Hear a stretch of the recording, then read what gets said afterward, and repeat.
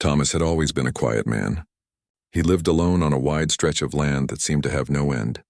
Every morning when the sun rose, he would step outside his small wooden house and breathe in the cold, fresh air of the plains. His land stretched out in all directions, fields of tall grass moving like soft waves in the wind, fences standing straight, and a few strong horses grazing near the barn. Thomas liked the silence. He liked hearing the sound of the wind and the soft calls of birds at sunrise. For years, this quiet life was enough. He worked hard from dawn to dusk, feeding his animals, fixing broken fences, and taking care of the land. He didn't talk much because there was no one around to talk to. His nearest neighbor was miles away. The only voices he usually heard were the sounds of nature, the creaking of trees, the buzzing of insects, and the slow, deep breaths of his horses at night. But on one cool autumn evening, something changed. Thomas was walking down the path toward the creek that ran behind his barn. He liked going there at the end of the day. It helped him relax. The sky was painted in warm orange and soft pink colors, and the sound of the water was calm. But that evening he noticed something different. The grass near the creek was pushed down and something was moving slightly. He stopped. He listened carefully. There was a soft sound. Not the sound of an animal, but of someone trying to breathe slowly. Thomas took a few careful steps forward, his boots pressing gently into the damp soil. Then he saw him. Lying near the water's edge was a man. His clothes were torn in places and his face looked tired and pale. He wore traditional tribal garments, simple but strong, with small handmade beads around his neck. His hair was long, tied loosely behind his head. Thomas could tell the man was weak, but he was awake.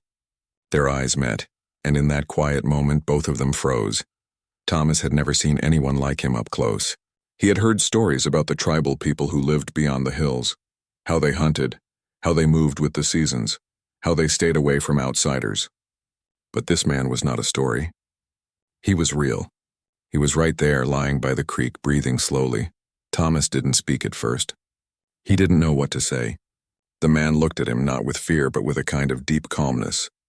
Thomas saw no threat in his eyes, only exhaustion. Without thinking too much, Thomas knelt down beside him. "Hey," he said softly, though he didn't expect the man to understand. "You're hurt." The man didn't respond with words, but Thomas saw a slight movement, a slow blink like a quiet yes. Thomas wasn't a doctor. He wasn't even someone who talked much to other people. But he was human, and he knew when someone needed help. Gently, carefully, he slid his arms under the man's shoulders and helped him sit up. The man was heavy, but Thomas was strong from years of working the land. Step by step, he lifted him and carried him toward the barn. The barn was warm compared to the outside air. Thomas laid the man on a clean patch of hay near the wall, where it was dry and quiet. He ran to his small kitchen and came back with a bowl of clean water and an old cloth. He didn't have fancy tools or bandages, but he did what he could. Slowly, he cleaned the man's arms and face, wiping away the dirt and dried leaves. The man stayed silent the whole time, but his breathing became a little steadier. Thomas then lit a small lantern and placed it near them. The light was soft and golden, casting warm shadows on the barn walls. The horses made quiet sounds in their stalls, curious about the new visitor. Thomas spoke gently as he worked, even though he knew the man might not understand a single word. "You're safe here, just rest. I'll help you." He wasn't sure why he was saying it. Maybe it was for himself, too. When he was done cleaning, Thomas took a blanket from the corner and wrapped it around the man. Then he went to his kitchen again and brought back a plate with the only warm food he had left, a thick piece of bread and a bowl of stew. It wasn't much, but it was hot and it smelled good. He sat down beside the man and showed him the food, speaking softly. "Here, eat. It'll help." The man looked at the bread with tired eyes. Slowly, carefully, he reached out as if testing whether it was truly being offered. When he touched it, Thomas gave a small nod.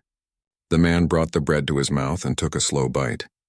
Thomas watched as he ate, not quickly, but with quiet appreciation. Something shifted in that barn. It wasn't about words or language. It was about two people, strangers, sitting in silence but sharing something human. Thomas noticed how the man's hands were strong but tired. His clothes were simple but carefully made. He wasn't just some lost traveler. He was someone important. Thomas could feel it. Maybe a leader. Maybe someone who had seen much more of the world than Thomas ever had. When the man finished eating, his shoulders seemed to relax. He looked at Thomas for a long time, his eyes steady. Then he placed his hand on his chest and gave a small nod, a gesture of respect and gratitude.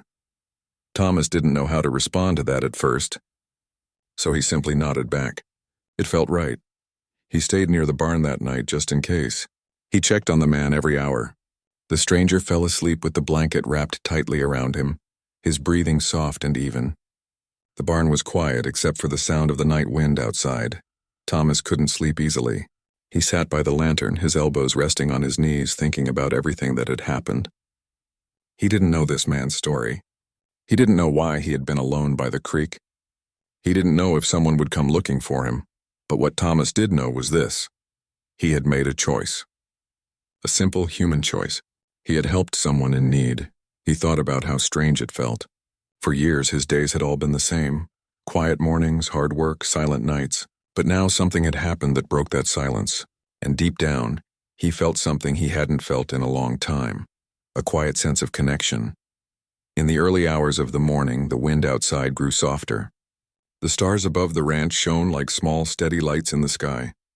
The man was still sleeping, wrapped in the blanket, his breathing calm. Thomas stood by the barn door, looking out at the land he knew so well. But somehow it didn't feel the same. Something had shifted. He knew this meeting was not just chance. Life on the plains rarely brought surprises, but when it did, they often carried meaning. As the first light of dawn touched the land, Thomas walked over to check on the man again. The tribal leader's eyes opened slowly, and he gave Thomas a calm, steady look, the kind of look that speaks without words. Thomas saw strength there, but also trust. He gave a small smile, the kind he hadn't given in a long time. "Morning," he whispered. The man didn't speak, but his eyes softened in response.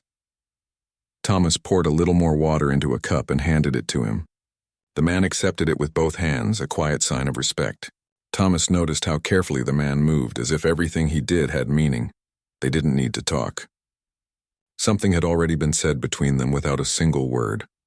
Thomas spent the rest of the morning making sure the man had everything he needed. He fed the horses, boiled some water, and prepared a bit more food. The man slowly gained some strength, sitting up with his back against the barn wall.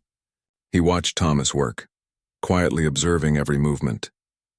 It was as if two worlds were sitting side by side, the rancher's quiet, simple world and the tribal man's world, which carried stories that Thomas could only imagine. The sun climbed higher and the golden light filled the barn. Thomas felt a strange peace, the kind he hadn't felt in years. It wasn't just about helping someone. It was about something deeper, about kindness, trust, and the quiet understanding between two human beings who came from different paths but met at the same moment in time. He didn't know what would happen next. He didn't know who the man really was or if this meeting would change his life. But he felt in his heart that this was the beginning of something meaningful. As the day warmed up, the tribal man gave Thomas another small nod, the same gesture from the night before, but this time it felt stronger. A promise, a silent thank you, and Thomas, without saying a word, nodded back.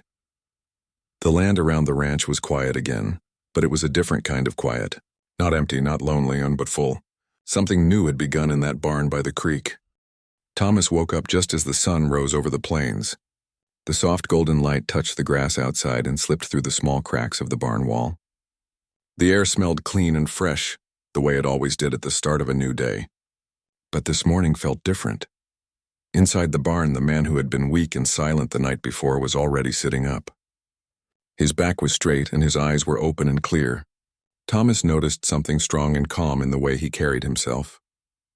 It was as if the tiredness of yesterday had faded, and his true self was slowly showing.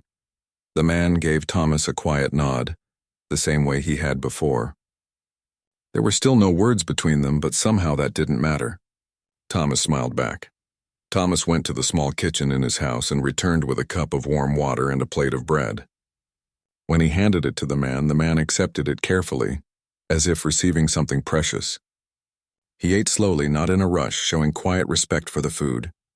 Thomas sat on a wooden stool nearby, drinking his own cup of water. For a few minutes, the only sounds were of birds singing outside and the soft chewing of bread. Then the man stood, not quickly, but with purpose. He straightened his clothes, tied his long hair neatly behind his head, and walked toward the barn door.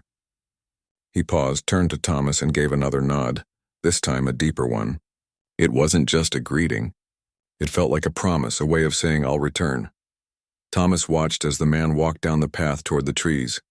The rising sun covered him in soft light. He didn't look weak anymore. He looked like a man who carried weight on his shoulders and a leader of his people. Thomas had no idea if he would ever see him again. But he did. Later that morning, Thomas was feeding his horses when he heard something unusual. A sound in the distance. Not the wind, not the animals. It was the rhythmic sound of many hooves. Horses. He stepped outside the barn and shaded his eyes with his hand. On the horizon, he saw a small group of riders coming toward his ranch. The sunlight glimmered on their hair and their handmade ornaments. Their movements were calm, steady, like a wave moving across the land. At the front of the group was the same man from the creek, but now he rode tall on a strong brown horse. He was dressed in his full tribal clothing, simple but elegant, with woven patterns that told stories Thomas couldn't yet understand. Behind him were several other riders, and with them walked 5 young women. They wore soft dresses made from natural cloth and had their hair decorated with delicate beads and feathers. Each one carried herself with quiet grace, walking as if part of a ceremony. Thomas stood still, not sure what to expect. He felt a mix of surprise, curiosity, and something else he couldn't name. The riders slowed down as they reached the edge of his land. They didn't come in fast or loud.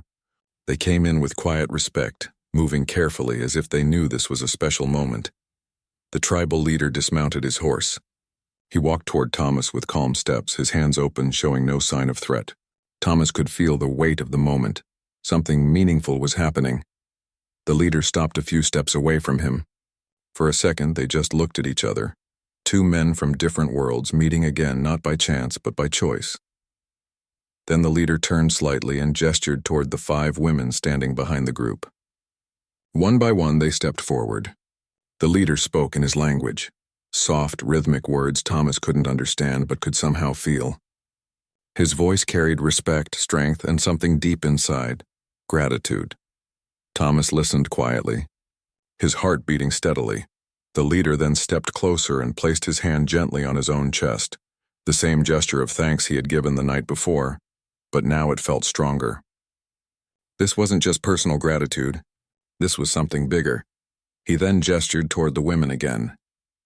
From the way the other riders stood and from the calm expression on their faces, Thomas understood.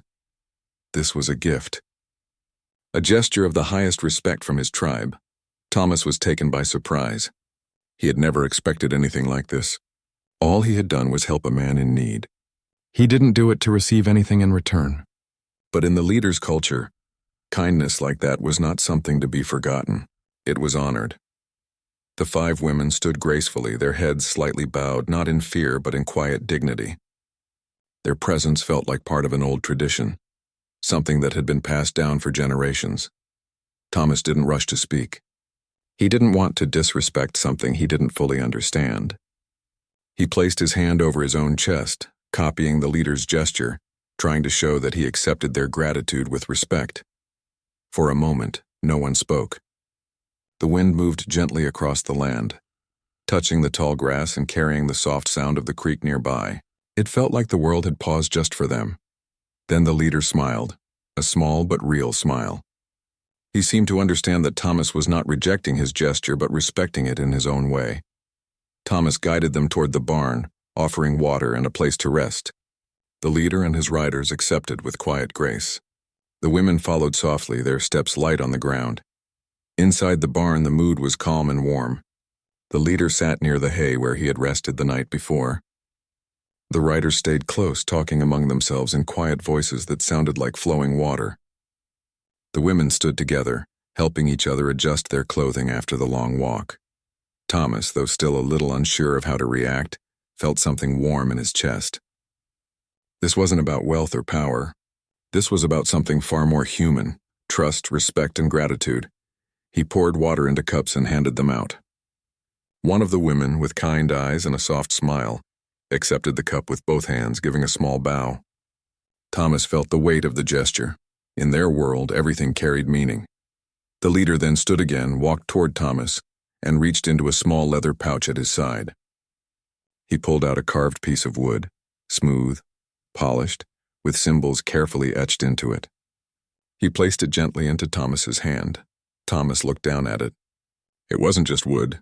It was something special, something meant to be kept, a sign of respect, a sign that their paths had crossed in a meaningful way.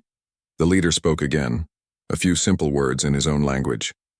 Thomas didn't understand them, but the way they were said, the tone, the look in his eyes, he didn't need a translation. It was a promise. He pointed to his chest, then to Thomas's chest, and then to the horizon where the land stretched endlessly. A bond had been made, a quiet agreement between two men from different worlds. After some time, the riders began to prepare to leave. This time, it was not a quiet escape like the morning before. It was a calm, deliberate departure. They had come with a message, and that message had been shared.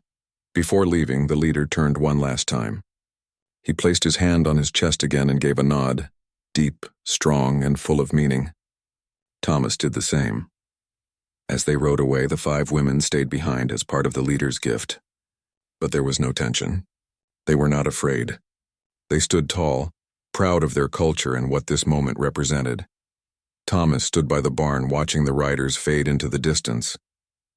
The wind brushed against his face and he let out a long, slow breath.